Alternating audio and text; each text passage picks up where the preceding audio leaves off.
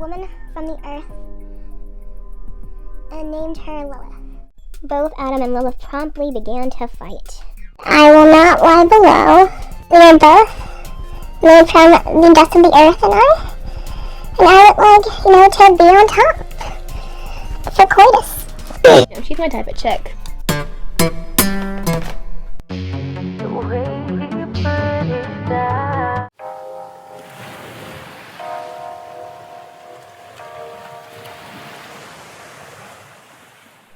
Hey y'all, Cielo here. Welcome back to my channel. It's time for another Makeup Mythology Monday. That's not just astrology. Hey, if you're new here, I'm Dom. I am a beauty vlogger slash leftist social political commentator research deep dive person. So if you like that kind of content, make sure that you like this video, share with your friends, and help my dreams come true. It's totally free. If you want to actually support me in monetary ways, I do have a Patreon, patreon.com/DomDiggity, no doubt. Also, you can buy me a coffee at buymeacoffee.com/WMommy. And yeah, I'm just gonna go dive right into the story. I love this one, love this character.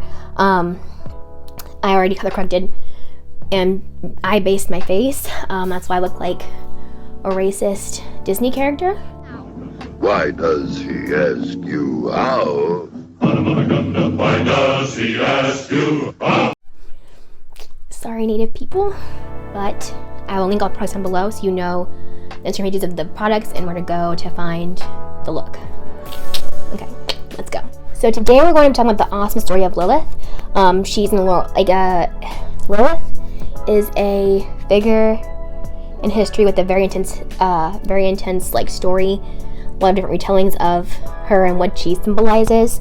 The oldest notion of Lilith was her being a demon in Mesopotamian time. She was known as Lilith or Lilitu or Lilith, known as a night demon. But the story that most people may be a little bit more familiar with of Lilith as a Jewish woman, as an evil woman, comes from Jewish folklore. So the Christian Bible and the Jewish Torah share the same first 5 books,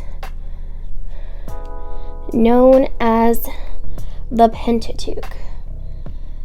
Those books being, and I'm not sure what the order is, because again,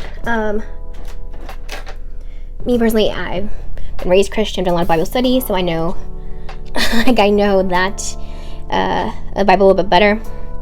I don't really know the Torah that well, so I know in the Christian Bible the order is Genesis, Exodus, Leviticus, Deuteronomy, and Numbers. This fascinated me just because I had never thought of this story in this manner, because all Christians for certain know the story of creation, and then Genesis, that first book of the Bible and the first book of the Torah, or first book of the Bible, tells the story about how God created the world. But little did people realize there's actually like there are two versions of the creation story. You have in the first chapter where it says, God, on day 1, he made the earth and the sky and the things below, and on day 2, he did this. Day 3, he did that. Day 3, or day 4, day 5. But, come to day 6, and that's where the creation of people happens, of mankind happens. Then day 7, of course, he rests, which is the Sabbath. But on the day 6 where he creates mankind, in Genesis 1:27, it says, I will make man in my own image. So in the image of God, he created them. Male and female, he created them. Right? But in the next chapter of Genesis, you have Genesis chapter 2, verse 7, where it talks about Adam being the first. God formed the man from the dust of the ground and breathed life into him, and then he became a living being. And then later it's like, well, he put Adam asleep. It's like, well, God put Adam asleep. He said, it is not good for man to be alone. He needs a partner. So he took his ribs and made a partner named Eve. And her name was Eve, for she would be known as mother of all the living. You didn't know any of scripture, huh? You didn't know I knew that. About Eve. I remember that's the part that that's probably make my least favorite part of the story. It said she will be called woman because she was taken out of man.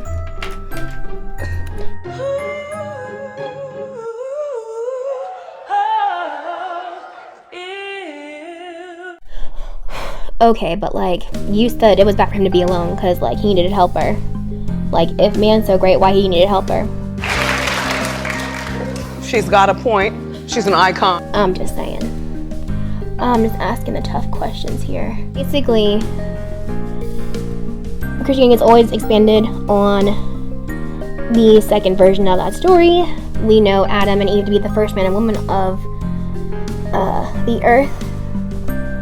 Depends on your denomination, whether that's in like a physical sense or in like a spiritual sense. I mean, scientifically, they're not the first people on the earth, but I just want to put that out there. Because the Bible is only about the Bible itself is maybe about 3,000, 4,000 years old itself, but the stories are about like 6,000 years old. Like the time of the Bible from like now to when it was first. And the first stories of the Bible were told dated to be about like 6,000 years back, I believe. It's a whole Bible prophecy thing. I can't get into that right now. Yeah, and then also in Christianity, we kind of look at that first chapter of Genesis, kind of like, you know how like when you had like history books in high school and like middle school that would like summarize what the chapter was about beforehand? We kind of look at that chapter of the Bible kind of like that. Like, oh, it's just like a summary of what happened, but then he's going to go into detail what's important, what are we supposed to learn from, you know, this, from all this happening. In Rabbinic Judaism, they have a very different version of this story, which definitely caught my eye. It's definitely like,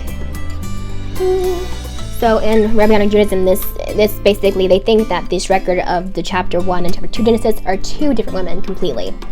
So the complete story of Lilith comes from a book called The Alphabet of Ben Sura, which is believed to have been written between 700 and 1000 Common Era, or AD, whichever word you prefer. Basically, this book is a compilation of anecdotes and of proverbs. It has, for the most part, been characterized as satirical, and I know that it is somewhat controversial in certain Jewish communities, just for the way it describes certain biblical events. In the part of the story where the story of Lilith occurs, Nebuchadnezzar has asked Ben Sira to help his ill son get better. Because I don't remember any meeting record that Ben Sira was a was a doctor of any sort, but I guess there's no medicine. There's no legit medicine practice quite yet. No medical boards, so I guess you gotta do what you gotta do. Ben Sira did is he wrote an amulet with the holy name on it and the name of the medicine angels. And the story of Lilith is as follows. God had created the first man, Adam, alone, and he decided, hey, it's not good for Adam to be alone. He's kind of dumb. Well, he didn't say that. I didn't say that part about him being dumb. That's just me and my comical misandry. In a real tip, he was like, it's not good for him to be alone. So God created a woman from the earth and named her Lilith to be a partner for Adam. But both Adam and Lilith promptly began to fight. Like trouble in like there was never any paradise in paradise. It was all trouble. She said, I will not lie below. We are both made from the dust of the earth, and I would like, to be on top for coitus. She's my type of chick.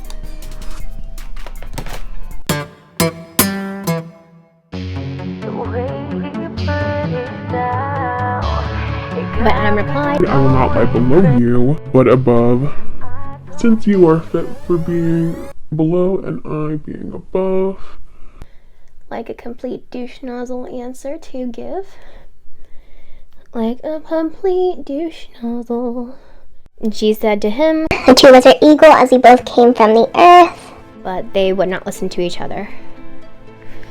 Since Lilith saw how it was and that he wasn't going to like change his stance, she uttered the ineffable name of God and flew into the air. Read this version of the story a few times. That's really what happened. She flew away into the air. Like, no goodbye. No, let's work this out. She said, nope, I'm done with you and your bullshit. So Adam was freaking out without a woman, you know, per usual. And he prayed to God and asked, oh my God, what do I do? The woman you brought for me has left me. I'm like, okay, brought for you? Like, we're both people. You don't own me. And then God immediately dispatched 3 angels to go find Lilith, named Senoi, Sansno, and Semengeloth after her to retrieve her and bring her back to the Garden of Eden. God declared, if she returns, all is well and good. So God said, with all, if she returns, all is well and good. Okay, everything's gonna be totally fine. No worries, anybody.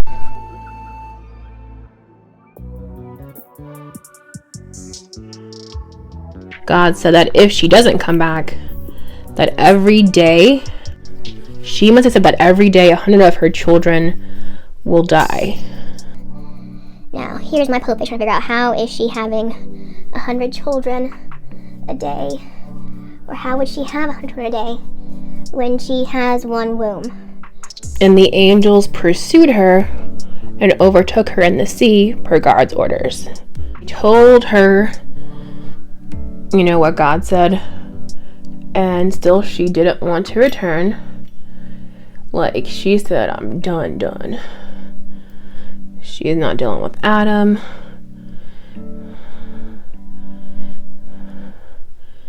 No more garden politics for her. And so, like, you know, angels are kind of what's in, because she won't do what God says. So they say that they're going to drown her. And she replies, leave me alone. I was only practicing babies. If they are boys, from birth to day 8, I will have power over them. And if they are girls, I will have power over them from birth to day 20.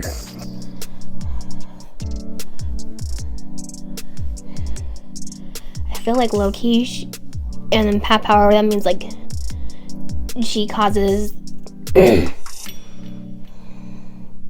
like, she was known to be, like, a cause for child death. Say that she was the one causing it. Spirit of Lilith. When the angels heard her reply, they pleaded for her to come back. Like, come on, we gotta kill all these babies. Like, that's not cool, man. She swore to them in the name of the living God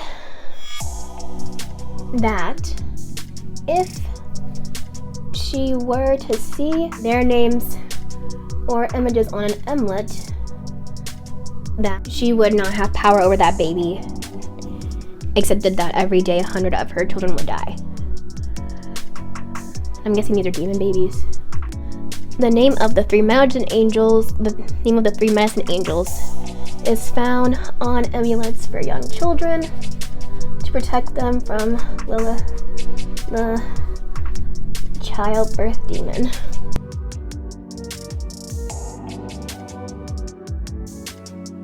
Now,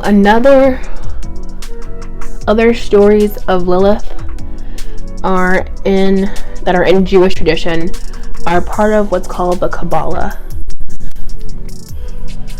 The Kabbalah is an esoteric method, discipline, and school of thought in Jewish mysticism. Lilith was believed to be a figure of cosmic evil in medical Kabbalah. Also, in the same book of Alphabet of Ben Sira, there was a great demon named Samael. That's how you say it, Samael. In one version of the story, Samael had seduced the serpent Samael has seduced the serpent to have him do like the will, like to do evil in the Garden of Eden.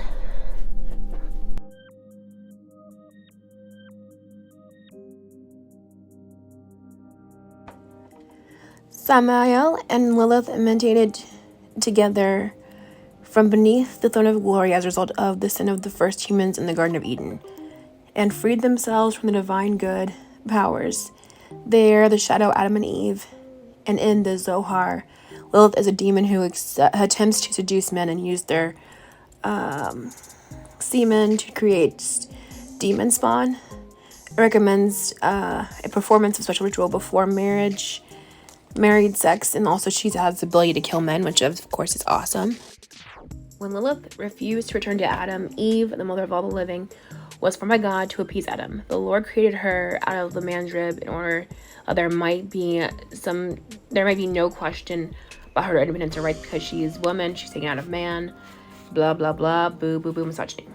Now Samael started off as the angel of death on Team God, to give judgment upon the people. But he found Lilith beautiful, and she was lamenting in her loneliness, and he fell in love with her. Samael agreed with her about equality of the sexes, and so she said to him, and the two settled in the valley of Gehenna. Samael was happy to have a partner in crime and going against the will of God. He was jealous that Adam was chosen to be the first man. The demonic pair watched the couple in the Garden of Eden with envy. Some versions say that Samael was the serpent in the Garden of Eden. Some with Lilith. On their wedding day, Samael presented Lilith with a grand wedding and lived happily ever after. Lilith can't have kids, and so she kills other people's kids as revenge. Now, the open-ended nature of Lilith's story has allowed different groups to interpret her differently. Some see her as a destructive female, versus others see her as a female power symbol. As the first independent woman ever, she refuses to submit to Adam and does what's best for her. Despite the consequences, she made her own destiny of being a demon, which is kind of badass, even though she's a demon. But she embodies people's fears about how attraction to others can ruin their marriages and challenge and endanger their children. The deep society being destroyed by the uncontrollable woman, a woman who determines her own sexual partners, is wild, unkempt, and doesn't get pregnant. Pretty culture, abortion, kind of those things that kind of try to keep women in line.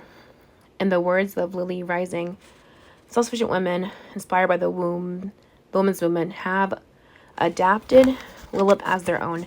They've transformed her into a female symbol for autonomy, sexual choice, and control over one's destiny.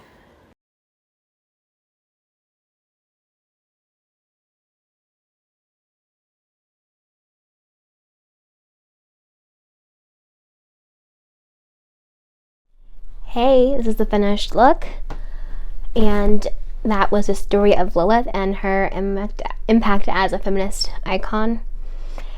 What did you find most surprising?